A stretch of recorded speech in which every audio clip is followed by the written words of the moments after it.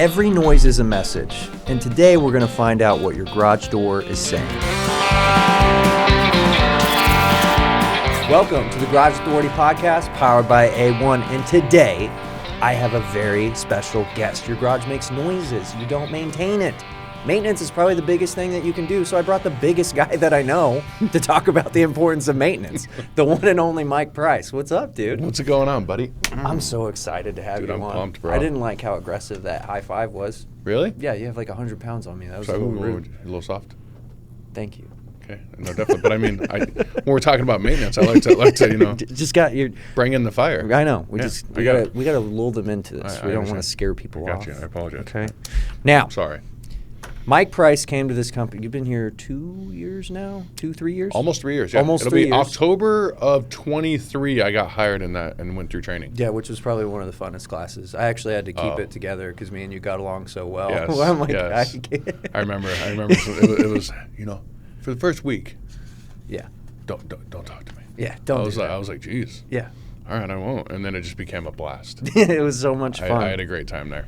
Now, what Mike has done is, so before Garage Doors, you were a superintendent. Yeah, I worked for a huge general contracting company, and I ran crews and did a bunch of like asphalt, underground, dirt work, grading, operated heavy machinery, all of it. Yeah, so that's why when you came into the academy, it was like refreshing because it's someone that has actually worked with their hands, but they also understand operations and how important it is to have systems in place.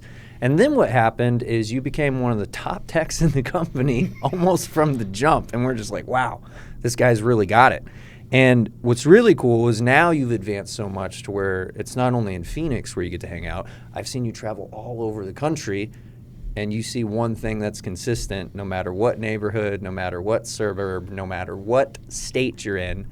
And what is that one thing that seems consistent with all the clients, in your opinion? Well, ironically, yeah, it's maintenance. It's homeowners don't understand that you use this giant door and you push the button, but it can go wrong and it can break. And every homeowner that I've talked to, from here to Atlanta to Colorado to the other multiple states I've been to, has always been, I didn't know I need to maintain my garage. Which baffles me. It baffles me too, because we always maintain our heaters or our AC units or our water heaters or the plumbing, the landscaping, everything else, because it needs a function. It serves a purpose, but it's the one thing in the house that no one worries about is their garage door. And then whenever it does go wrong, you've seen the situations to where someone hasn't had maintenance for like 20 years. Mm-hmm. And then it's not just, it didn't go up. It's on top of the Mercedes. Yeah. And you're upset. And it's like, this could have been avoided. Yes. We didn't have to do this way. No, 100%. It is always like the huge catastrophic times when we get called out, right? And then the homeowner's like, well, I don't know what happened. Well, when's the last time you had somebody out? Well, I haven't. Well, how come? Well, I didn't know. And that's the biggest thing, right? And then it's a huge ordeal. And then now it's a broken garage door and a damaged Mercedes and multiple things that happened that could have been prevented by just calling us because you heard a noise. Yeah. And that's why a year ago. Yeah. And that's why I wanted to bring you on, because I want to talk about these noises and I want to talk about maintenance and kind of give power back to the homeowners and at least educate, so we don't have to. If we could just get one person to not have to go through that, that's all that matters. So what squeaks, rattles, vibrations, grinding noises in garage doors, what do they mean? What should clients be looking for? Well, I mean, there's a few things, right? As a door gets older, especially like we have a door that's original to the home, right? It's been there for 20 years. It's worked as well as it has. But as it gets older, it's going to drift and it's going to move and things are going to shift because it's not as stiff as it once was. Yeah. You're going to hear squeaking or grinding from the top brackets rubbing on the track because the door is shifted. But that could also be your foundation in your home has shifted a little bit and it's caused things to kind of run off kilter. Doors are perfectly balanced, but if something shifts, it's going to rub. And that rub is creating a noise, and that noise isn't what it was. It needs to be looked at. Right. Right? You could have your door going up and down, and one day randomly it starts to pop. Or you have your panel popping. Your motor's pushing it down, and then you see it, and it pops real hard. Well, that's probably a weak spot in your panel. Yeah. And that can be prevented. It could be maintained and taken care of with a little bit of preventative maintenance by calling us out first. before waiting for it to just not work and be a huge deal where it could potentially lead into a door replacement. Well, you don't have to have that. You could have maintenance done. You could have us out. We could take care of that. We could possibly add a strut. Yeah. Get a little bit reinforcement to the door. Get it to work a little bit longer before it's this catastrophic thing. I think the saving grace moments whenever I've gone to calls is I hate going out to houses whenever they're like my door doesn't go up and down, and I go there and it's just a manual release or there's like a leaf on a safety eye. But I'm here, so I'm going to look at everything. Yeah. And thank goodness that safety eye got a little bit off. Yes. That manual release, because I'm looking at a cable on the side of the door and it's frayed, or maybe like you were saying when the door goes off, so the bottom bracket that holds that cable, it's been rubbing against the track and it's about to just shear right off. Right next to the eyelid, it always rubs right on the bottom of the track. And that's what I mean by maintenance, and I don't think people are understanding that, is whenever maintenance is for us to get out there to where before that breaks and before that door goes completely sideways. We went from maybe doing torsion and parts that make the door move to it fell from 7 feet up in the air, and we're getting a whole new door now. Yep.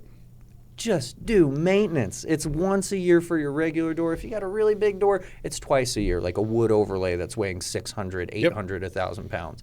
And it's just get eyes on it. It's like going to the doctor for a checkup, and people just don't take it seriously until it's too late. And that's what breaks my heart. And then sometimes they're mad at me. And I'm just like, I came out here to fix the situation. I'm just here to solve the problem. We could have solved it when it was little. Yeah. But now it's real big. Big like you. Yeah. And now it's a new door time. And we could have stopped that. Yeah, definitely. And I think it's overlooked so much because it's not enough education. Yes. I come across so many new like homeowners, even older homeowners, that have bought in their home. And their realtor or whatever told them about the AC, and they told them about this and the water heater, and we got all this cool new stuff, and everything's good, but you should have this looked at. But everyone looks over the garage door. Every time. Right? But the garage door is just as important. It's what keeps your vehicle safe. It's what keeps your belongings safe. It's the access to the door that leads right into your home. It is more than just a door. Yeah. It's what keeps a lot of things safe. It's what keeps you safe. It makes you feel safe at home. Yeah. Right? You need it.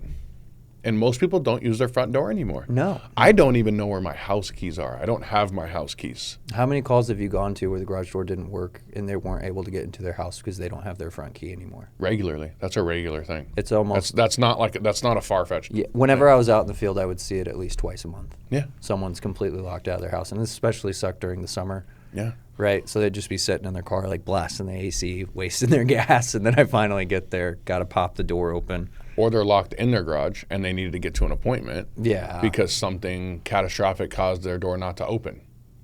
Right? So yeah, it sucks when you get locked out of the house, but what if you can't get out of your house to get out to the public and you got to go somewhere? That's when we find out garage doors, that's when it's important. The garage door doesn't break whenever you're not using it. By the time you realize that it's not working is you're trying to get somewhere important or get home. Yep. It's never at a convenient time. Yep. It's never going to be at a convenient time. 100%. Now, giving power to the homeowners, what are some things that they can look at on their garage door right now and know that they need to call someone immediately to come out and take a look? Whether that's bottom brackets, spring pads, balance tests, like if you were to educate a client on the whole rundown of things, if they could go out into their garage right now and take a look at a few things, Yeah. what would those be? I would say, look up top above the springs at that piece of wood that the center plate and generally the motor is mounted to. It's usually right in line with the door. Okay. If there's a big crack in that or you see a small split or whatever it may be and it's lining up with the lags of the center plate, or even if it's not, that's something that's of concern. That's where all the tension is being bolted to. Yeah. That's something we need to come out and look at. If you were to have your door closed and you pulled the emergency handle and you went to lift your door up, if it feels like you're lifting, 50 or 20 or 30 or 100 pounds, that's unsafe. Your door is designed to operate at a weight of around 0 to 5 pounds. Yeah. It's not really designed to be this giant heavy thing because the motor up there can't lift all that weight. Yeah. And that's unsafe to begin with because if for whatever reason that door was in the operation of opening or closing and that trolley up there breaks, it's going to crash to the floor. Yeah, like a guillotine. Yeah, and if you have kids or a dog or your car or whatever it may be in that garage, someone could possibly get hurt. These things aren't light. They're not light little things. These are 100, 200, 300, 400, 500, all the way up to 1,000 pounds doors can weigh. Mm-hmm. And you don't want that crashing to the floor and becoming this giant catastrophic thing. Pay attention to noises. Look at your rollers. Look in the wheels. See if they're running rough. Mm-hmm. You can see if there's drag marks in your track. Yeah. You can see if they're spinning. Push the button and see how the wheels are moving. See if they're actually rolling or if they're just dragging through the track. Right. Because if they're creating friction causes problems. Friction is unsafe wear, and it can cause damage. Yeah, 100%. And then what people don't realize about rollers is, some people are like, if it's moving, it's moving. Okay, let's say a roller is seized up. And that means the bearing is getting pressure on it, and you've seen it and I've seen it. Maybe they haven't. But after enough pressure and enough time of not maintenance, those things just kind of disintegrate and fall apart. Yes. When it's down, not a big deal, dude. When it's above your head, it's a big deal. That's a big deal. Mm-hmm. So that's why we talk about maintenance of these things. When you see that dragging mark, let's get to that before those 10 to 12 or however many rollers for your particular door. Those are the only things holding all that weight up in the air. It's not just like, they don't roll very well. Let's make sure they stay intact because they don't break when the door's setting still, dude. Well, let me touch on that too. Like we're in Arizona. Yeah. It's 120, 130 degrees in the summer here. Plastic dries out with heat. Bad. Tires, rubber dries out. Right? Yeah. Imagine plastic. If you go and look in your track, you're going to have plastic rollers. Almost 9 times out of 10, every new home with these new garage doors from whatever is going to come with plastic rollers. And they're going to dry out. And they're going to crack. And they're going to do what you just said. You're going to go to open and close your door. You're not going to know why. And one of the rollers is going to be broken. Yeah. And then potentially, if we don't get ahead of it, more of them can break. And like you just said, you have this door that's sitting here open, relying on these wheels to hold it in place, and the wheel's not doing it anymore. Now it's relying on what possibly is the remaining part of a stem of a roller to hold it up there. Yeah. Or it's going to fall. Yeah. And hit your car. Or you. And of course, what it's going to do is insurance isn't going to save you because it happens every time. I'll see it and I'll get a door off the top of a car, and then insurance claim comes. That door hits hard enough that it messes with the A-frame, so that part between like your side windows and like your actual windshield. As soon as that's it, insurance says totaled, done. Yep. I've seen beautiful cars totaled, insurance, they're done with it. Yeah. And it's a lot. But there's obviously some things, spring pads, bottom brackets, checking the cables on the side, listening to bearings as it goes through, the spring pad, rollers. These are things that people can look at. And not to mention just to see if everything's not going nuts as it's going up and down, getting loose from jams.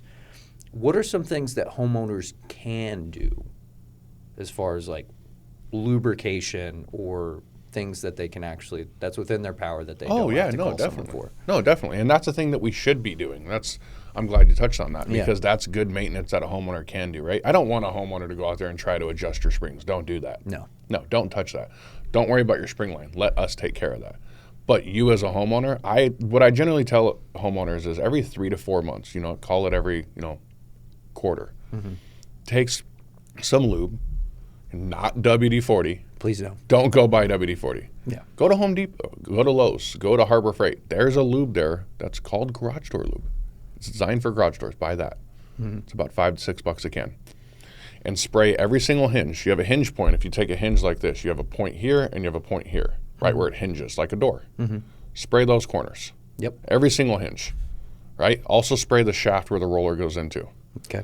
Right? Spray that as well. And then if you have a ball bearing roller, which you can tell if you do, spray a little bit in those bearings if you have exposed bearings. Now, there are rollers that don't take lube. And then there's plastic rollers that it won't do anything. It'll just create a bunch of gunk in your track, and it'll just drag things in there. Right? So these are the differences. But a homeowner should be able to go out there and lube and adjust, that way. Yeah. You can tighten hardware if you want to. Just the face. Just the face. Just the face, and don't touch the bottom Don't bracket. touch the bottom brackets. Yeah. Okay. By hand, please. Yep, it's please. a 7/16 majority of the time. And please, if any of the hardware is red, don't touch it. Ever. It's red for a reason. Do not touch it. Don't. Seriously, the bottom brackets especially, and the top brackets where the spring pad is. Avoid those areas. Don't touch them. It's just, I've come across that so many times where a homeowner has touched those. Yeah. And sometimes I go there and it's a nice little face patch, and other times I go there and it's a cast. And I've gone there where I've seen stitches. Yeah, I was trying to take care of this because I figured it would save me some money. Yeah. I know hospital bills are probably more than calling us out there, but right. Just try to worry about the little things like lubing, things like that. Yeah. But do it every 3 to 4 months. Yeah. Lube your door up. And the big thing too is if you start to hear a squeaking sound and what you're doing isn't enough and it's still squeaking, call us. Yeah. It's probably more than you can handle. That's what going out somewhere, whether a homeowner's done it or maybe a different company, or, maybe I even went after a tech that works here. Doing maintenance, we lubed it up. 2 weeks later, it's back. Cool, that lube's hiding a symptom. We're not fixing the problem whatsoever. So we don't want to just keep spraying it if it comes back after a week or two. Try it out. If the noise stays away for a good 6 months or so, okay, probably just need a lube. Comes back within a month or so, that means something's off and we need to get a professional out there to probably realign some stuff. Yeah. Well, I had a call yesterday I went to, and it was a broken spring, right?